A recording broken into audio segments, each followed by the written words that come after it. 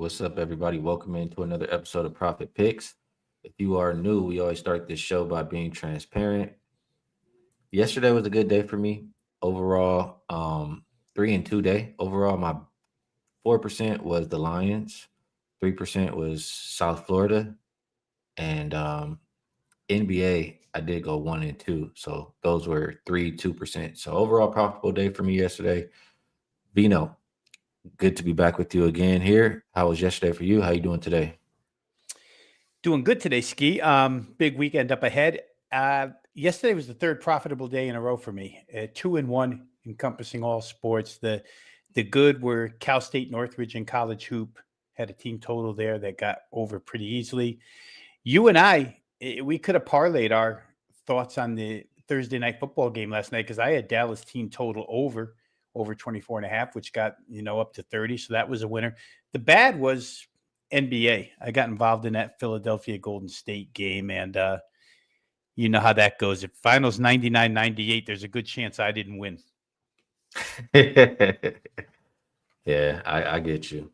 But that football game, man, it was beautiful. They almost thought they were gonna give it up at the end, but they did what they had to do.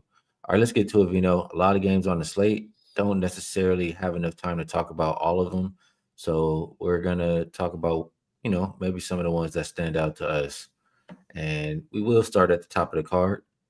No shocker that I want to talk about the Lakers and the Celtics. Opened up -7 for Boston. I see 8.5. Total open 223.5. And I see it as high as 226.5. There are 225.5s out there as well. Injury report. And I'm gonna hit refresh because I'm pretty sure LeBron got ruled out. It says LeBron doubtful, but I'm pretty sure he's not playing. Doncic out, Smart out. For Boston, nobody's been ruled out yet. It is the second of a back-to-back for both of these teams, Rob Veno. I agree with the market. This total still went up, even with Doncic and James out. I don't really care about LeBron out there anymore right now. Um, the defense does get worse with LeBron out there, but we've seen the Lakers without Luca, without LeBron a few times. We've seen them even on back to backs without both of those guys a couple times, and they're still able to score. They're not able to get the most stops. They're able to score. So I like the over in this game. That's what I'm saying when I say I agree with the market here. How you see this one? Yeah, I'm with you on over. I just isolated it to the Lakers themselves. I thought 109 was a cheap price for the Lakers team total here. I think yesterday when we talked about Boston, Washington, you had mentioned, and maybe I agreed with you, that the Boston defense just isn't a very good defense right now. And now you're going to get it on back-to-back days. Up until last night, Boston had allowed 113 or more in 6 straight games. And here I'm only asking the Lakers to get to 109, and we get no Doncic, no LeBron, but I still don't think that matters. The Lakers got a lot of scoring on that team. And if you're going to combine that with a tired defense that's already a defense that, and again, we'll put it into context. We're going over 109 here, and Boston had allowed that 6 straight games up until last night against the sorry Wizards, who could only get 101. But I think the Lakers, win or lose in this game, I think they can get to 110. So it was a client release. I bet it myself. I like that play quite a bit. Man, I like it. I think the full game. I think they're going to give up some points. I think they can score. I like the full game over in this one. Got my wallet open here, Rob Vino, searching for some good numbers, but I know we're pressed for time. I won't hope to show up too much, but I like that over. We're gonna get down on that over for sure. Um, Next game up, let's talk a little bit about Heat and Magic. Opened up -5.5, still sitting there. Total went from 240.5 to 241.5. You have Paolo back in the lineup for this Magic team. Still no Mo Wagner. For the Heat, Heroes doubtful. Good old Terry Rozier not gonna make an appearance. Um, I worry about Paolo coming back in the lineup for this Magic team. they were playing solid basketball with him off the court. Now, I always worry when you integrate that high usage player back into the lineup. I couldn't lay in this spot with the Magic.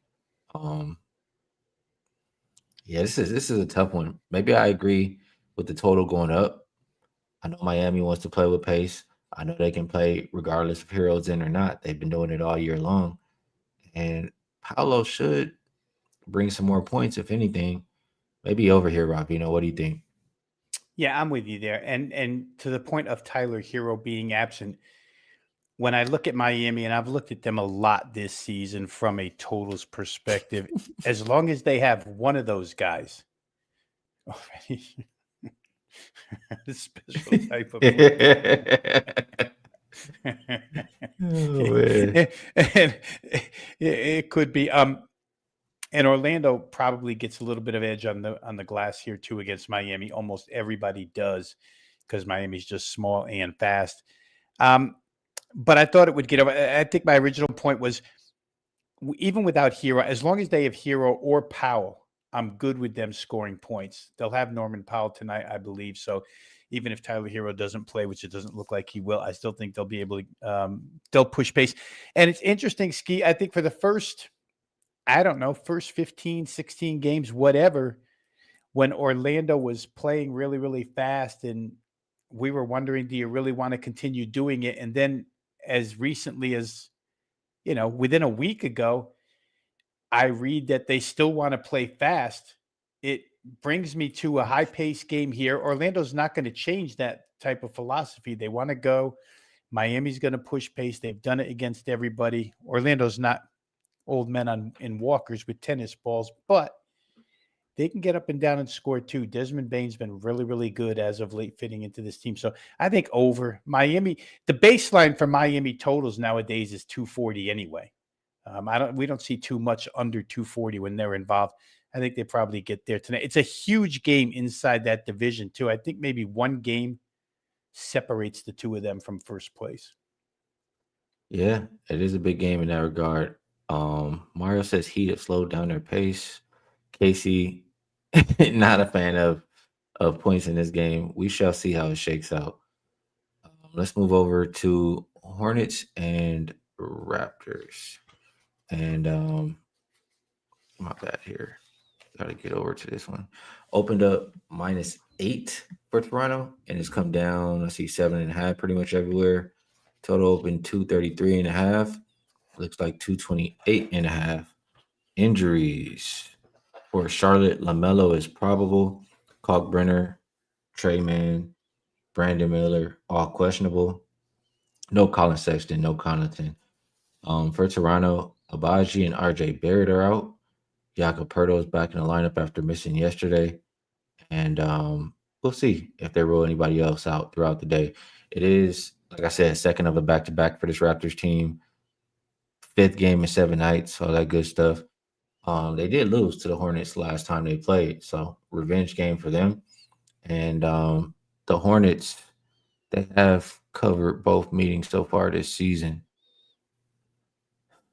Vino, I'm gonna pass this one to you first. Actually, I'm curious. This Raptors team, fifth game in 7 nights, no RJ Barrett. I mean, that offense, they've looked bad. They've been the worst offense in the league last 5 games. Do you think they should be laying? No, in fact, I kind of like the rested underdog here a little bit, Ski. Toronto's 0-4-1 against the spread last 5 games. And I guess we should have seen that they would be due for some sort of regression. They were so red hot, like 13-1 straight up, and they were on a really good point spread run at that time, and it's cooled off a little bit. What's interesting is we talked a lot about Jakob Pertl yesterday not being at the rim to defend, probably not there again tonight. When Charlotte beat them this season, Pertl did play. So they've even beaten this team with Pertl. Here we're going to get 7.5. We're rested. They're not. They're kind of on a downslide right now. Charlotte's going to push pace a little bit here. We know that for a fact. So I don't know that they can win the game, Ski. I'm not willing to say go ahead and bet money line, but I just thought 7.5 was too much here. You don't want to bet a team that's not playing well at all. and lay 7.5 on top of that when they're in a back-to-back situation. So for me, all the situational angles favor Charlotte. And then, like I say, when I looked it up and saw Pirtle played the first time and Toronto still lost to this team, I figured maybe the matchup is, just advantageous for Charlotte here. So I'll take Charlotte plus 7.5 in that one. I'm in agreement with you there. Toronto is 1-3 ATS on back-to-backs so far this season, and like you said, they're just not playing well enough for me to expect them to get separation like this, especially on a back-to-back. So Hornets would be the preferred side for me as well. Let's talk a little bit of Jazz and Knicks. This one open minus 15. Looks like 15 and a half. Total has gone up. 236 and a half was the opener, as high as 241 and a half. But there are some 240 and a halves, depending on what you like. Make sure you line shop. For Utah, Nurkic is questionable. Niang is out. For New York, no Shamit. But OG is questionable. Color is questionable as well. To start this season, Rob, this Utah Jazz team was 9-day home and road, all overs, um, at home, all unders on the road.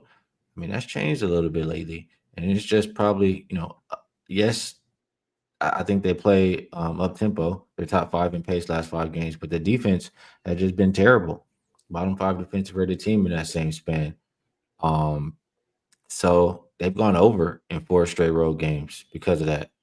The Knicks, they're playing a little bit. They're the opposite. They're playing at the slowest pace in the league last 5 games, and a top 5 defensive rated team. Both teams are top 10 offensive rated teams in the last 5 games. So, which style do you think is going to prevail here? Is it going to be New York at home with that slow, grinded out defensive type game, or is it going to be more of a Jazz up tempo, less defense game here, Rob Veno? Yeah, it came down to a choice between the two. Skee. I really like the Knicks in this game. Utah on the back-to-back. Yeah, you get to play Brooklyn last night, score your 123. That's all well and good. New York, even though they're slow, they do still score points. Pretty efficient basketball team. The choice came down to, do I want to lay points with New York, 15.5, which I generally don't do, or do I want to play their team total over 128.5 and just fade the bad defense of Utah? But asking the team, not that you can't get to 130 against the Jazz, but seemed a little too high for me. So I chose to lay 15.5 this morning with the Knicks, thinking they could win this game by 20. Utah has not they have shown us the ability to lose by this number quite a few times this year. So when they're good offensively. When they're not good offensively, and maybe they run into a tougher defense here and don't score their points. When they don't score their points, they're not close in games. So for me, it's going to be Knicks minus 15.5. Wouldn't be mad at anybody playing a Knick team total. Full game total for me is a little bit scary because I just don't know what the Jazz would contribute here. I mean, if the Knicks get to 130, the Jazz have to get to 111. I'm not sure they do. I mean, they've been able to score, this Jazz team. They've been able to score versus everybody. I want to get there with the over in this one, Rob, honestly. The Jazz, yes, they played the Nets last game. They played the Rockets game before that. Were able to come out with an outright win as a double-digit underdog. And a lot of what they're doing right is just sharing the basketball. Back-to-back games, I'm seeing 30-plus assists. I like to see that as far as, expecting good offense. They've scored, 117 plus for their last 5 games. All right, is the Knicks defense better than the Rockets? I mean, are they that much better that the Jazz are just – the Rockets did hold the Jazz down one time, actually, 129 to 101. But I don't know, Rob Veno. I think we get points here. The chat saturator reminding us that the Knicks are number 1 against the spread at home, number 30 on the road. That's why we have this humongous point spread here. All right, let's keep going down the list. Somebody had Knicks built to ass the other night in the comment section, if I remember right. Saying how good they are at home. All right. Nets bet says he was on Jazz yesterday, and they only won because Nets intentionally tanked the fourth by 22, That was a as they should bad have. fourth quarter, boy. I mean, you can call it that, or you can call it the Nets ran out of gas on a back to back, and the Jazz are coming off 2 days rest. I mean, that's where that stuff comes into play, right? All right, next game, and I think the last game in the NBA we'll probably talk about today is going to be the Mavericks and the Thunder. This one open minus 15 hasn't really moved. Total open 225 and a half. I think consensus now is 228 and a half, 229 maybe. Um, Injuries. Let's go take a look there. For OKC, Hardenstein, Dort, Caruso out. Isaiah Joe was downgraded to questionable. For the Mavs, PJ's questionable, Gafford's questionable, Lively's out. Um, I like I like this game over, Rob Veno. Um, I'm gonna check the numbers, but I feel like the Mavs have been playing faster. And also I just like that they actually have competent point guard play now. So let me just glance here. Last five for them, just to make sure. Last five, they're actually 11th in pace, which is all right. Thunder 6th in pace, but yeah, they got competent point guard play, and that just makes the offense a hell of a lot better. For this Thunder team, we know they'll play up tempo. They're usually a good defensive team. They're missing a lot of that defense tonight. Dort, Caruso, Hardenstein. I don't like that Joe has been downgraded because that's one of the shooters for them. But I think this game will be played up tempo, and I like over the total here, Ravino. How do you see this one?